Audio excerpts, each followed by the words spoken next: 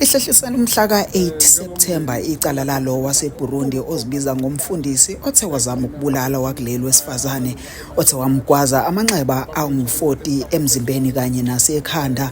Namhlanje umndeni wakaMbhele udlulisa ukubonga okukhulu kumalunga emashe ekhokhelwa uMiss Jacinta kanye nowakwakhe uMr Zuma. Namhlanje futhi siphinde savakashelwa ilunga lePhalamende uMr Shongwe, naye ukukhombisile ukuzokweseka umndeni ngalesehlo esibi kangaka. Thokozela ividiyo mbukeli, siyabonga.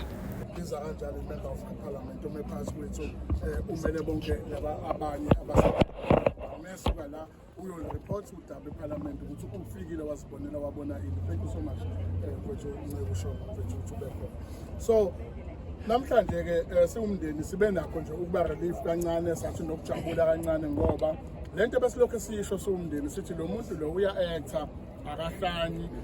Amaphoyisa aseBluff abengakuthanda ukuthi akuthathe serious lokho sikushoyo, elokho lo muntu emhambisa esibhedlela. Izolo kathi emefika angafika naye abesefika nokuthi babuza inkosi enkantolo ukuthi lo muntu kwathiwa no usasesibhedlela.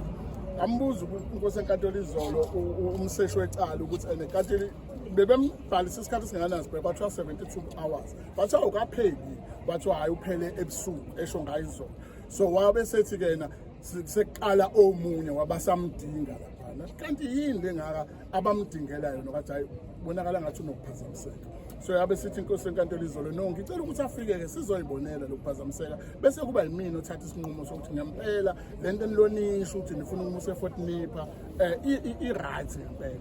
Nangempela kufikile namhlanje sijabulelile ukuthi inkosi enkantolo ithi abambuze imibuzo ngelanguage yakhe, yamtholela uTolika ukhuluma exactly language, baphendulana kamnandi nje futhi zonke izinto zahamba kahle. Yabe siyabona enkantolo lo muntu i-actor uthanda nje ukudlala estage, futhi abanga nenhlanhla ukuthi athole nje imidlalo emikhulu adlala kuyona.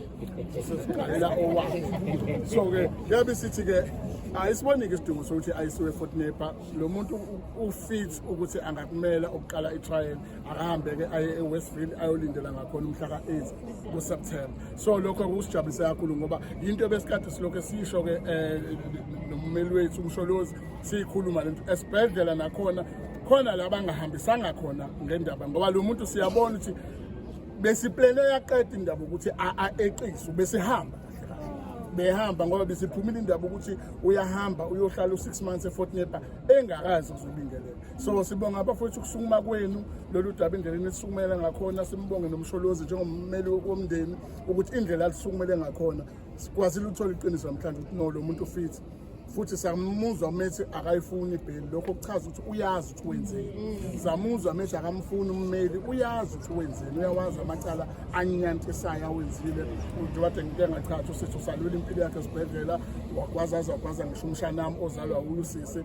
So iyabuya ingqondo manje kuyena sinoyinto engiyenzile inzima kakhulu. So sibe happy kakhulu ngesupport enisiphe yona abafowethu, saba happy kakhulu nangenkantolo ukuthi ikhiphe lesinqumo okwamanje sokuthi akakathi ukuyohlala ngaso. Besifisa lokho nje ukuthi abe ngaseWestville kube kuqhubeka uphenyo nosi lento kuthiwa akaye eFort Nipah njengomuntu ongaphilile kahle. So siyifamily kaMbhele sicela ukudlulisa kakhulu nje support, ukubonga isupport enisipha yona, ningapheli nangomuso. Amandla